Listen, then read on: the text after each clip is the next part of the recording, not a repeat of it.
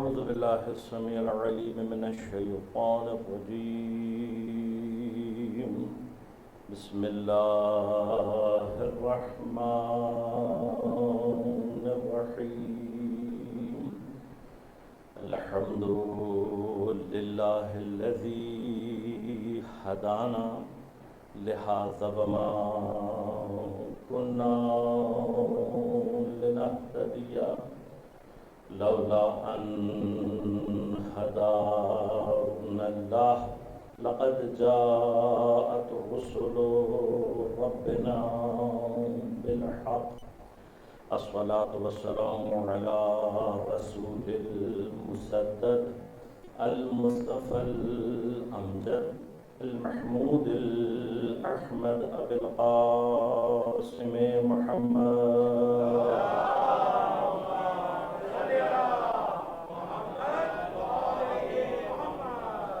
والصلاة والسلام على أسد الله الغالب غالب على كل غالب علي بن أبي طالب. والصلاة والسلام على سيدة المعصومة المظلومة الطاهرة البتول بضعة الرسول فاطمة الزهراء السيدة النساء العالمين.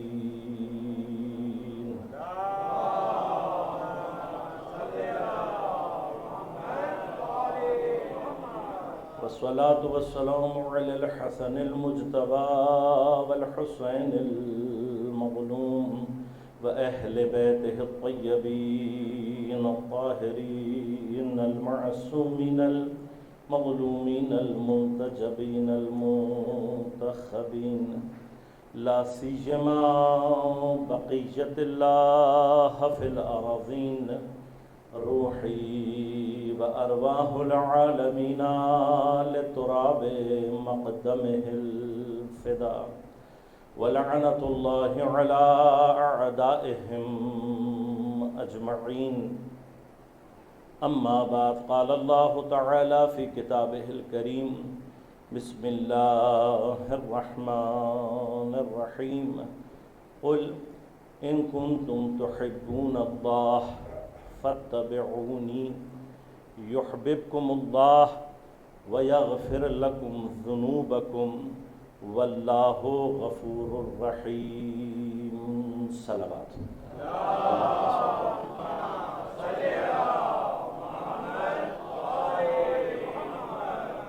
مومنین کرام، سامعین محترم، عزیزان گرام قدر، سن 1443 ہجری ایام عزائے سید الشہداء کا آغاز ہوا چاہتا ہے. واحد قوم ہے ہماری تاریخ انسانیت میں کہ جس کی تہذیب میں غم کا اس طریقے سے انتظار اور اہتمام کیا جاتا ہے. کوئی اور پوری تاریخ انسانیت میں قوم ایسی نہیں ہے. خوشیوں کا انتظار کرنے والی، خوشیاں منانے والی، خوشیوں کا استقبال کرنے والی ہر قوم ہے.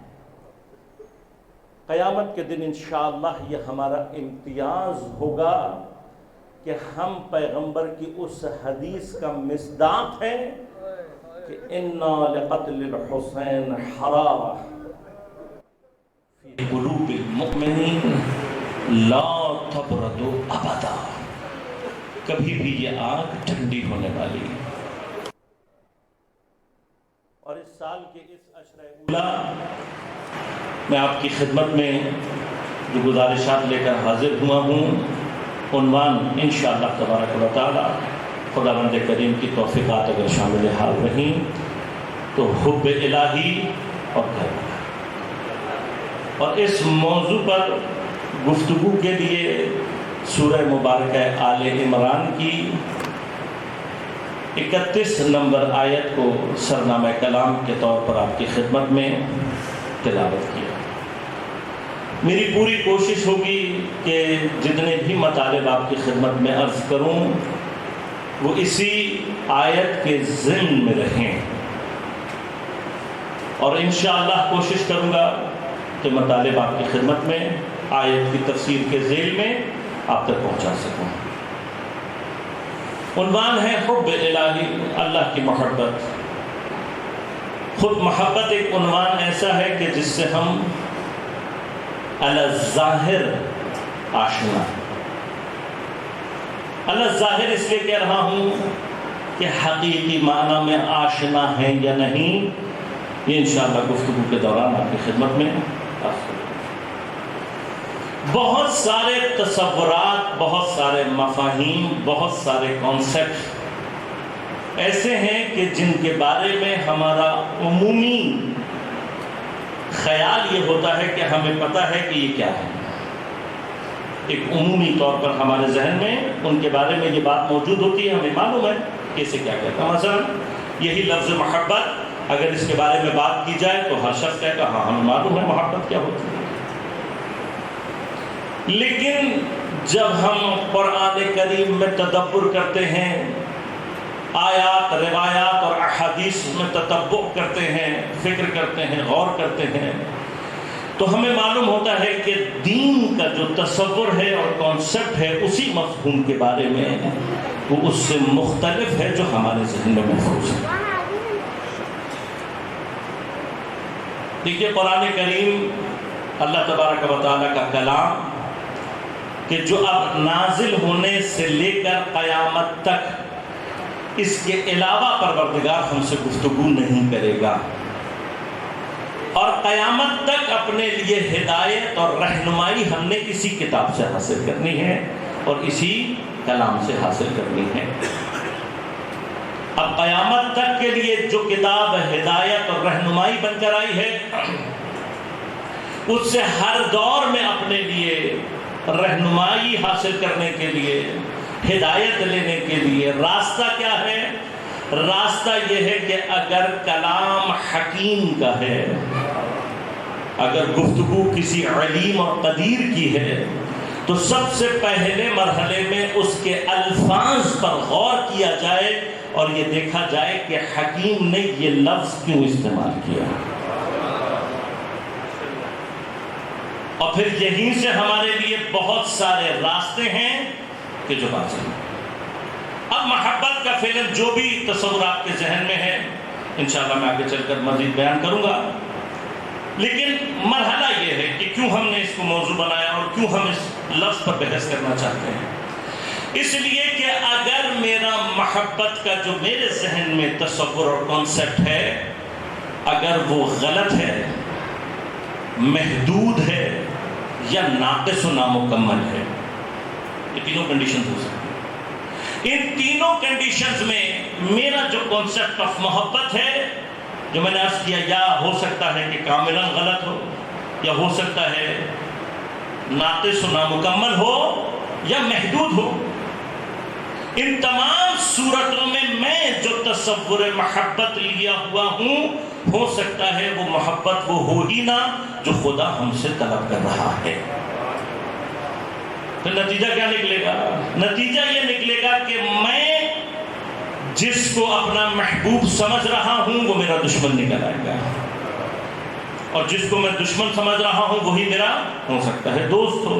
لہذا دوست اور دشمن میں پہچان کرنے کے لیے پہلے یہ ضروری ہے کہ یہ دیکھا جائے کہ محبت ہے کیا، اور پھر یہ بھی ہو سکتا ہے کہ میں اپنے غلط تصور کے ساتھ میں سمجھ رہا ہوں کہ میں محبت کر رہا ہوں اور شاید میں اس کے حق میں دشمنی کر رہا ہوں، اور جہاں مجھے دشمنی کرنی چاہیے اپنے اسی غلط کانسیپٹ کی وجہ سے کیا ہوگا، میں وہاں پر بجائے محبت کرنے کے، دوستی کرنے کے، وہیں پر دشمنی کر رہا ہوگا۔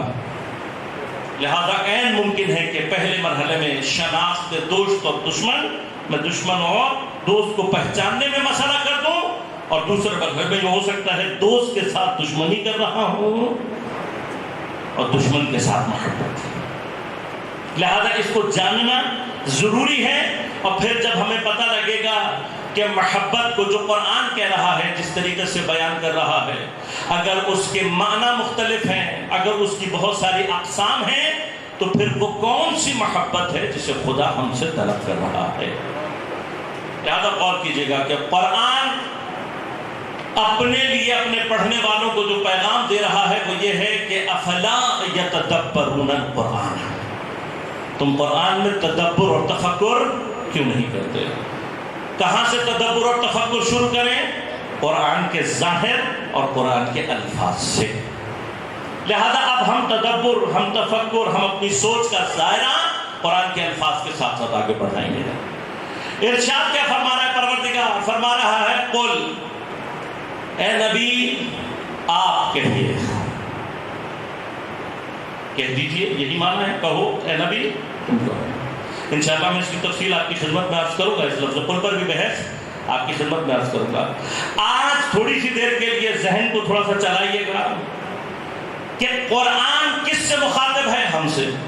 اللہ کس سے گفتگو کر رہا ہے؟ ہم سے۔ قرآن میں کئی مقامات، بلکہ اکثر مقامات وہ ہیں جہاں خدا نے مستقیماً ہم سے گفتگو کی ہے، مسلمانوں اور مومنین کو چھوڑ کر بعض مقامات پر حتیٰ قرآن نے ڈائریکٹلی کفار کو بھی مخاطب کیا ہے، ڈائریکٹلی بات کی ہے۔ تو جب خدا ہم سے ڈائریکٹ گفتگو کر سکتا ہے، ہمیں مخاطب اپنا قرار دے سکتا ہے، تو کسی اور یا چند مقامات پر قرآن کیوں کہہ رہا ہے اے نبی آپ کہیں؟ لیکن میں تھوڑا سا الفاظ کو بدلوں گا، یعنی کیا؟ جہاں کہیں پر بھی قل آ رہا ہے، کلام کس کا ہے؟ کلام تو خدا کا ہے، لیکن جہاں کہیں پر بھی قل کہہ کر بات ہو رہی ہے، وہاں پر خدا چاہتا ہے گفتگو میری ہو، لہن میرے حبیب کا ہو۔ گفتگو میری کہہ رہا ہے، لیکن کہنے والے کا بھی لہن اس کے اندر شامل رہے۔ لہذا ہر جگہ جہاں پر قل آئے گا وہاں پر ہمیں معنی کرنا ہوگا، اور انشاءاللہ میں اپنے مقام پر اس قل کا معنی تفصیل سے آپ کی خدمت میں پیش کروں گا۔ قل کہہ دیجئے، کیا کہہ دو؟ ان کنتم تحبون اللہ، اگر تم اللہ سے محبت کرنے والے ہو۔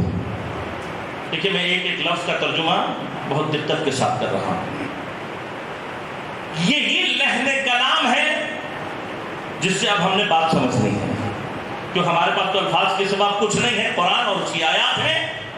لحن سے ہی ہم نے بات کو سمجھنی ہے کہ خدا کہنا کیا چاہتا ہے۔ انہیں شرطیہ، شرط کے ساتھ بات ہو رہی ہے۔ شرط کا معنی کیا ہوا؟ شرط کا معنی ہی یہ ہوا کہ یقین کا مرحلہ نہیں ہے۔ ان کنتم تحبون اللہ، اگر تم اللہ سے محبت کرنے والے ہو، یہ اگر کیا سمجھا رہا ہے؟ اگر یہ سمجھا رہا ہے کہ تمہاری محبت کا اللہ کو یقین نہیں ہے، تمہاری محبت کا اللہ کو یقین نہیں ہے، اگر کا کی بات ہو رہی ہے۔ پھر دوسرا مرحلہ دیکھیے، لہن کیا ہے؟ لہن ہے ان کنتم تحبون اللہ، اگر ہو تم محبت کرنے والے اللہ سے۔ یہ میں نے لفظی ترجمہ کیا، اگر تم ہو اللہ سے محبت کرنے والے۔ یہاں الفاظ تھوڑا سا تبدیل کر کے یہی مطلب پہنچایا جا سکتا ہے، کانا کو نکال دیا جائے اور بات کہی جائے ان تحب اللہ، اگر تم اللہ سے محبت کرتے ہو، یہ جملہ بھی کہا جا سکتا ہے۔ اور ایسا خدا نے کہا ہے، مثلا سورہ مبارک محمد میں پروردگار ارشاد فرماتا ہے ان تنصروا اللہ ینصرکم، اگر تم اللہ کی مدد کرو گے اللہ تمہاری مدد کرے گا، وَيُثَبِّتْ أَقْدَامَكُمْ، اور تمہارے قدموں کو ثبات عطا کرے گا۔ یہاں نہیں کہا اللہ تعالیٰ نے ان کنتم تنصرون اللہ، اگر تم ہو اللہ کی مدد کرنے والے، یہ نہیں کہا۔ کیا کہا؟ ان تنصر اللہ، اگر تم اللہ کی مدد کرتے ہو تو اللہ بھی تمہاری مدد کرے گا۔ یہاں پر بھی یہ لحن استعمال ہو سکتا ہے اور یہ کہا جا سکتا ہے ان تحب اللہ، اگر تم اللہ سے محبت کرنے والے ہو، لیکن اللہ نے یہ نہیں کہا۔ تو اب عاقل کے لیے جب کلام حکیم سامنے آتا ہے اور لحن میں وہ اختلاف دیکھتا ہے تو لحن کا اختلاف معنی کے اختلاف پر دلیل کرتا ہے۔ بس اب فرق کیا ہے؟ جب کہا جاتا ہے ان تنصر اللہ اور جب کہا جاتا ہے ان کنتم تنصرون یا ان تحب اللہ و ان کنتم تحبون اللہ، ان دونوں میں فرق کیا ہے؟ فرق یہ کہ اگر یہ کہہ دیا جاتا ان تحب اللہ، یہاں پر معنی یہ ہوتا کہ تمہاری محبت کو اللہ پہلے مرحلے میں قبول کر رہا ہے، لیکن جب کہا ان کنتم تحبون اللہ تو اس کا معنی یہ ہے کہ تم دعویٰ کرنے والے ہو محبت کے، یہ دعویٰ اللہ قبول کر رہا ہے یا نہیں اس کی کوئی گارنٹی نہیں ہے۔ لہذا ترجمے کے مرحلے میں ہی اللہ تعالیٰ کیا کہہ رہا ہے؟ ان کنتم تحبون اللہ، اگر تم محبت کا دعویٰ کرنے والے ہو، تمہارا دعویٰ محبت ہے تو کیا تمہاری محبت کو اللہ قبول کر رہا ہے کہ نہیں؟ فاتبعونی، اگر تم اللہ سے محبت کا دعویٰ کرنے والے ہو، کون کہہ رہا ہے یہ بات؟ اب رسول، قل کے بعد سے جو جملہ ہے وہ کس کا ہے؟ پیغمبر کا۔ اگر تم اللہ سے محبت کا دعویٰ کرنے والے ہو فاتبعونی، میری اتباع کرو، پیغمبر کی اتباع کرو، میری اتباع کرو۔ پیغمبر کہہ رہے ہیں میری اتباع کرو۔ اب آپ مستحضر ہیں ذہن میں آپ کے، اتباع فالو کرنے کو کہتے ہیں، پیروی کو کہتے ہیں، اور آپ جانتے ہیں کہ پیروی کرنے اور اتباع کرنے کے لیے، فالو کرنے کے لیے دوسرا لفظ جو عربی میں کثرت سے قرآن میں استعمال ہوا وہ لفظ اطاعت ہے۔ اب یہ اتباع میں اور اطاعت میں فرق کیا ہے یہ انشاءاللہ موضوع میں ہمارے مورد گفتگو اور بحث رہے گا، اور آپ کی خدمت میں عرض کروں گا کہ کیوں اللہ نے اطاعت نہیں مانگی، یہاں پر اتباع مانگی ہے۔ وجوہات ہیں، وجہ ہے کہ اللہ نے اطاعت یہاں پر کیوں نہیں کہا اور اتباع کا لفظ کیوں استعمال کیا۔ لیکن اب اللہ کیا کہہ رہا ہے، ابھی جو میں اجمالی طور پر آپ کو جس منزل تک لے جانا چاہتا ہوں توجہ کیجیے گا، فرمایا کہ اتباع کرو میری اگر تم اللہ سے محبت کا دعویٰ کرنے والے ہو، یعنی کیا؟ یعنی یہ کہ تمہاری محبت اللہ کے نزدیک اس وقت تک محبت کہلائے گی ہی نہیں اگر میری اتباع کے ساتھ نہ ہو۔ بہت بڑا دعویٰ ہے یہ، میں انشاءاللہ بحث کروں گا اس پر آپ کی خدمت میں کہ یہ جو ہمارا دعویٰ ہے کہ یہ محبت تو میرا پرسنل میٹر ہے، ایک پرسنل میٹر ہے نا محبت، ہمارے ہاں تو محبت پرسنل میٹر ہوتی ہے، اور انشاءاللہ میں تفصیل سے عرض کروں گا آپ کی خدمت میں۔ جسے ہم پرسنل میٹر سمجھ رہے ہیں، ہم یہ کہہ رہے ہیں کہ بھائی میں اور اللہ جانے میں اللہ سے محبت کرتا ہوں یا نہیں کرتا، تمہیں اس سے کیا؟ قرآن یہ کہہ رہا ہے کہ اے نبی سے کہہ دو جو کوئی بھی اللہ سے محبت کی بات کر رہا ہے، اللہ سے محبت کا دعویٰ کر رہا ہے، جب تک اپنے اس دعوے کے ساتھ رسول کی اتباع کو ضم نہیں کرے گا اللہ محبت قبول نہیں کرے گا۔ اب مجھے مسلمانوں یہ بتاؤ کہ اگر محبت نہ ہو تو کیا ایمان ہو سکتا ہے؟ ایمان ممکن نہیں ہے۔ بس اگر محبت نہ ہو تو ایمان نہیں ہو سکتا۔ خوب اگر ایمان نہ ہو تو پھر کیا عبادات ہو سکتی ہیں؟ عبادات بھی نہیں ہو سکتی۔ بس ضروری ہے عبادات کے لیے ایمان کا ہونا، ایمان کے لیے ضروری ہے محبت کا ہونا۔ جو پروردگار تمہاری محبت کو پیغمبر کے بغیر قبول نہیں کر رہا وہ تمہارا ایمان کیسے قبول کرے گا؟ تمہاری عبادات کیسے قبول کرے گا؟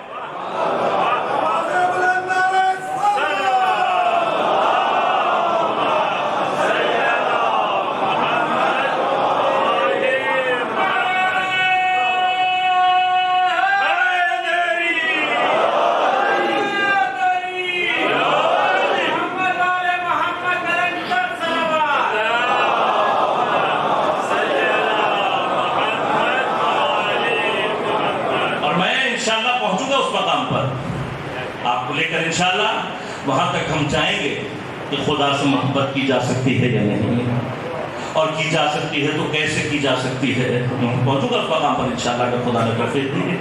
اور پھر یہ کہ خدا محبت کرتا ہے تو کیسے کرتا ہے۔ لیکن آج صرف ابتدا ہے، آج تو ہم بالکل ترجمے کے اوپر ابتدائی گفتگو کر رہے ہیں، ابھی ہم نے بحث کھولی نہیں ہے، کھولیں گے انشاءاللہ۔ بس کیا ہوگا؟ پیغمبر کے بغیر تمہاری محبت بھی قبول نہیں ہے۔ بس جو کوئی بھی پیغمبر کو یہ کہہ کے کہ مر گئے، چلے گئے، آئے تھے قرآن دینے، آئے تھے خدا کا بتانے، آئے تھے جنت اور جہنم کا بتانے، اب چلے گئے، جب خدا کا بتا دیا تو اب اللہ کے ساتھ کسی کو شریک نہ کرو. شریک کا مرحلہ تو ایمان کے مرحلے میں آئے گا. خدا اس کا مقدمہ جسے محبت کہتے ہیں اس میں بغیر پیغمبر کے محبت قبول نہیں کرتا. بس یہ شرک کے ترانے کسی اور کو سنانا چاہتا ہے. نہ توحید اتنی آسان ہے جتنی تم نے سمجھی ہے اور نہ شرک اتنا ہلکا ہے جتنا تم نے بنا دیا ہے. آج کروں گا انشاءاللہ. خدا تو پیغمبر کے بغیر محبت قبول نہیں کرتا ہے. ایمان کہاں سے قبول کرے گا, عبادات کہاں سے قبول کرے گا, اور لنک ہے انشاءاللہ آج کروں گا آپ کی خدمت میں.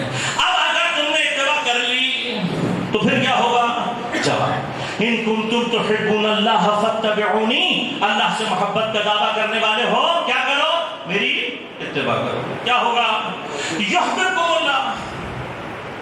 دیکھیے لہن ہے, لہن میں نے عرض کیا خود آیات کو سامنے رکھیں. آیت کو سامنے رکھنے کے بعد آیات کے ٹکڑوں کو تھوڑا سا توجہ کے ساتھ دیکھیں. یہاں پر کیوں نہیں کہہ رہا ان کنتم تحبون اللہ کہا تھا, اسی لہن میں جواب دے دیتا. کہتے فکان اللہ یحبکم, اللہ بھی تم سے محبت کر لے گا. کیوں؟ اس لیے کہ دعویٰ تم کرتے ہو, اللہ دعویٰ نہیں کرتا, کام کرتا ہے.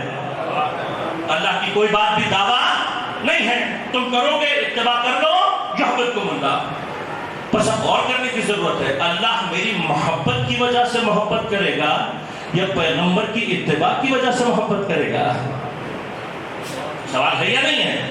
یہ جو خدا مجھ سے کہہ رہا ہے یحببکم اللہ, اگر اتباع پیغمبر کے بغیر اللہ یحببکم اللہ کی منزل پر داخل نہیں ہوتا تو میرے لیے تو سوال ہے نا, خدا میری محبت کا محبت سے جواب دے رہا ہے یا اتباع پیغمبر کا, اتباع پیغمبر کا جواب دے رہا ہے. کس سے؟ یحببکم اللہ. اللہ بھی تم سے محبت کرے گا. خوب اللہ کا محبت کرے گا تو اب ہو سکتا ہے کہ انسان ہے, آپ کو معلوم ہے ذرا سا اس کو انسان کو جگہ مل جائے تو آپے سے باہر نکل جاتا ہے. ابھی تو اللہ نے نہیں دیا, غصب کر کے اتنا پھیل جاتے ہیں. اگر کوئی آیت آ جاتی تو خدا جانے کیا کرتے ہیں. دیکھیے اس سے زیادہ تفصیل نہیں جا سکتا میں, حالات آج کل ایسے نہیں ہیں. میرا مسئلہ نہیں ہے, میں تو سب کچھ کاٹنے کے لیے تیار ہوں. اس لیے کہ یہ تو عبادت ہے ہماری. یہ جو ایف آئی آروں کا سلسلہ چل رہا ہے نا, یہ ایف آئی آروں کا سلسلہ تم جتنا مرضی کر لو. وہ دور آ گیا ہے کہ جب منافقوں کے چہروں سے نقاب پلٹنے ہیں. اور یاد رکھنا تبرہ ہمارے دین اور ہماری عبادات کا حصہ ہے. اور میں بالکل ذمہ داری کے ساتھ کہہ رہا ہوں کہ جس نے ہمیں تبرہ سے روکا ہم اس سے ویسی ہی جنگ کریں گے جیسے کوئی ہمیں نماز اور عزاداری سے روکے. اس سے جیسا ہم اس سے لڑیں گے ویسے لڑیں گے. لیکن تبرہ کا مطلب توہین نہیں ہے. لیکن مسئلہ یہ ہے کہ تاریخ کی حقیقتیں بیان ہو جائیں تو منافقوں کے چہرے عیاں ہونے لگتے ہیں. اور اب ایک طبقہ ہے کہ جو منافقین کو صحابہ کے لبادے میں لپیٹنا چاہتا ہے. یہ عبادت اللہ نے رکھی ہی اسی لیے ہے. کربلا کا اصل کام ہی یہ ہے. اس دور سے لے کر آج تک منافقوں کے چہرے سے پردہ پلٹنے والی قوت کا نام کربلا ہے. کربلا کا کام ہے, کربلا کا کام ہے. یہ جو کہتے ہیں مسلمانوں نے مارا, اگر تمہیں کربلا سمجھ میں آ جائے تو یہ جملہ کبھی نہ کہو جو پیغمبر کے نواسے کو اتنی بے دردی سے قتل کر دے تمہاری کتابوں میں وہ مسلمان ہو سکتا ہے, ہمارے نزدیک وہ یا کافر ہے یا کم از کم منافق ہے. ہم نہیں مانتے اس سے مسلمان, اور ہمارے ماننے یا ماننے سے نہیں ہوتا. اور عام ان کے منافقت پر سب سے بڑی دلیل ہے. باہر اب چونکہ موضوع کو نہیں ہمارا مرحلہ یہ ہے عزیزوں کہ خدا کہہ رہا ہے یحببکم اللہ. اب ہو سکتا ہے کہ کسی کے دل میں یہ گمان پیدا ہو جائے کہ ہم نے اتباع کر لی پیغمبر کی تو اب ہم محبوب الہی بن گئے ہیں. نا, یہ جرأت مت پیدا کرنا کہ تم اپنے آپ کو محبوب الہی کہنے لگو, پھر معراج کے خواب تمہیں بھی دکھائی دینے لگے. ایسی حرکتیں مت کرنا. تمہاری اوقات کیا ہے آیت میں ہی اللہ نے سمجھا دیا کہ یحببکم اللہ, اللہ تم سے محبت کرے گا. اور جب اللہ تم سے محبت کرے گا تو تمہاری اوقات صرف اتنی ہے وَيَغْفِرْ لَكُمْ ذُنُوبَكُمْ, اللہ تمہارے گناہوں کو بخش دے گا. محبت کا اثر یہ ہے تمہاری اوقات اس سے نہیں ہے زیادہ کہ تمہارے گناہوں کو بخش دیا جائے. واللہ غفور الرحیم، اور اللہ بہت معاف کرنے والا ہے. دیکھیے اب گفتگو جب میں محبت پر کروں گا تو مت ہلیں. میں نے آپ کی خدمت میں عرض کیا کہ ابھی تک ہمارا ذہن محبت کا کانسیپٹ لیے ہوئے ہے. تفصیلات انشاءاللہ میں عرض کروں گا آپ کی خدمت میں. لیکن ابھی مرحلہ کیا ہے؟ عربی میں 4 لفظ ہیں.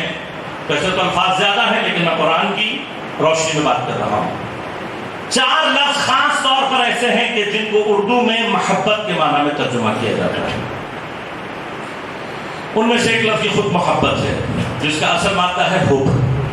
دوسرا لفظ عربی میں استعمال ہوتا ہے ود، جس سے مشہور ترین لفظ جو ہمارے ذہن میں ہے وہ ہے مودت.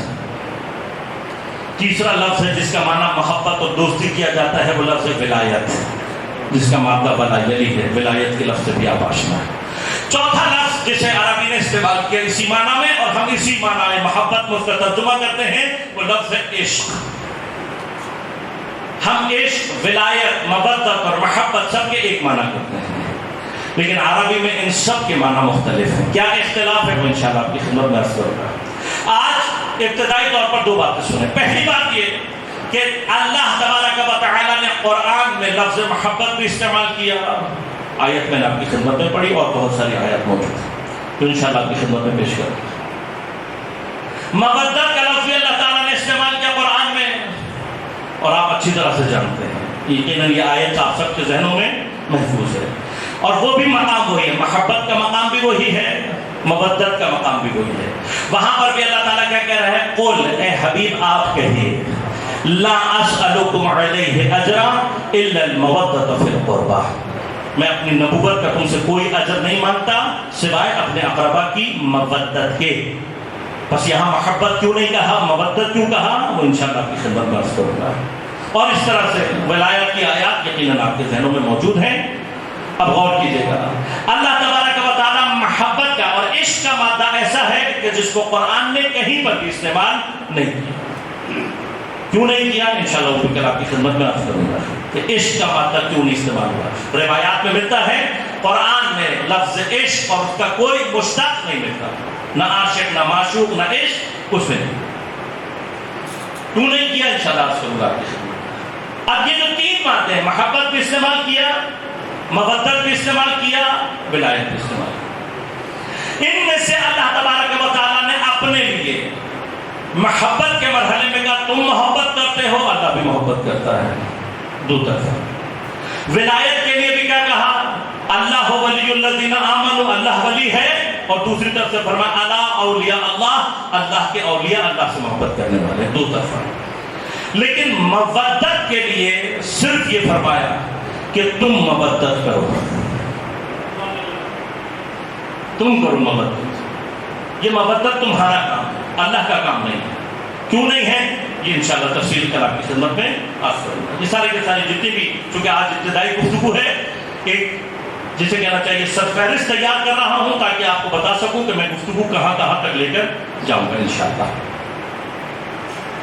آج ابتدائی طور پر دوسری بات تفصیل عرض کروں گا. ابھی ابتدائی طور پر یاد رکھیے گا، محبت پہلا سٹیج ہے، مودت دوسرا سٹیج ہے، ولایت تیسرا سٹیج. بس جب تک انسان محبت کے مرحلے پر کامیاب نہ ہو مودت کی وادی میں داخل نہیں ہو سکتا، اور جب تک مودت کا اظہار نہ کر دے کبھی بھی ولایت کے دائرے میں داخل نہیں ہو سکتا. اب ہم نے اپنے لیے بھی یہ غور کرنا ہے کہ ہم جو اپنے آپ کو موالیان حیدر کرار کہتے ہیں، اپنے آپ کو جو مولائی کہتے ہیں، آیا واقعاً ہم ولایت والے دائرے میں داخل ہو چکے ہیں؟ یعنی کیا واقعاً ہم نے محبت کا حق ادا کر کے، مودت کا حق ادا کر کے اب ہم ولایت کے دائرے میں داخل ہو چکے ہیں یا نہیں؟ بس اگر ہم نہیں ہوئے تو پھر ہمیں جانا ہوگا مودت کے مرحلے میں. یہ دیکھنا ہوگا کہ آیا واقعاً ہم مودت کرنے والے ہیں یا نہیں، اور اگر مودت والے بھی نہیں ہیں تو پھر محبت کے مرحلے میں دیکھنا ہوگا کہ ہمیں واقعاً محبت ہے بھی. میں نے پھر عرض کیا کہ محبت کا جو کانسیپٹ میں نے رکھا ہوا ہے، اب گفتگو یہاں سے شروع ہوگی. اگر وہ کانسیپٹ ہی غلط ہے تو کیا پھر میں مودت کے مرحلے میں داخل ہو سکتا ہوں؟ جب میری محبت ہی مطلوب محبت نہیں ہے، میں نے عرض کر دیا نا، آیت کیا کہہ رہی ہے؟ ہمارا محبت کرنا کمال نہیں ہے، ان کا ہماری محبت قبول کر لینا کمال ہے۔ بس صرف دعویٰ نہیں رہنا چاہیے، محبت وہ ہو کہ جسے وہ قبول کریں۔ لہذا آپ یہ جاننا ضروری ہے کہ میں واقعاً محب ہوں یا نہیں، یہ پہلا مرحلہ۔ بس اب یہ دیکھنا پڑے گا کہ میں تو دعویٰ کر رہا ہوں، واقعاً وہ محبت جو میرے ذہن میں ہے وہ مجھ سے مانگی بھی گئی ہے یا نہیں۔ لہذا آپ محبت کیا ہے، اس سے مقدمات کیا ہے، آپ کروں گا انشاءاللہ، یہ تفصیلات بھی آپ کی خدمت میں عرض کروں گا۔ بس آج گفتگو کے آخری مرحلے میں غور کیجیے گا، محبت کے لیے ابتدائی ترین مقدمات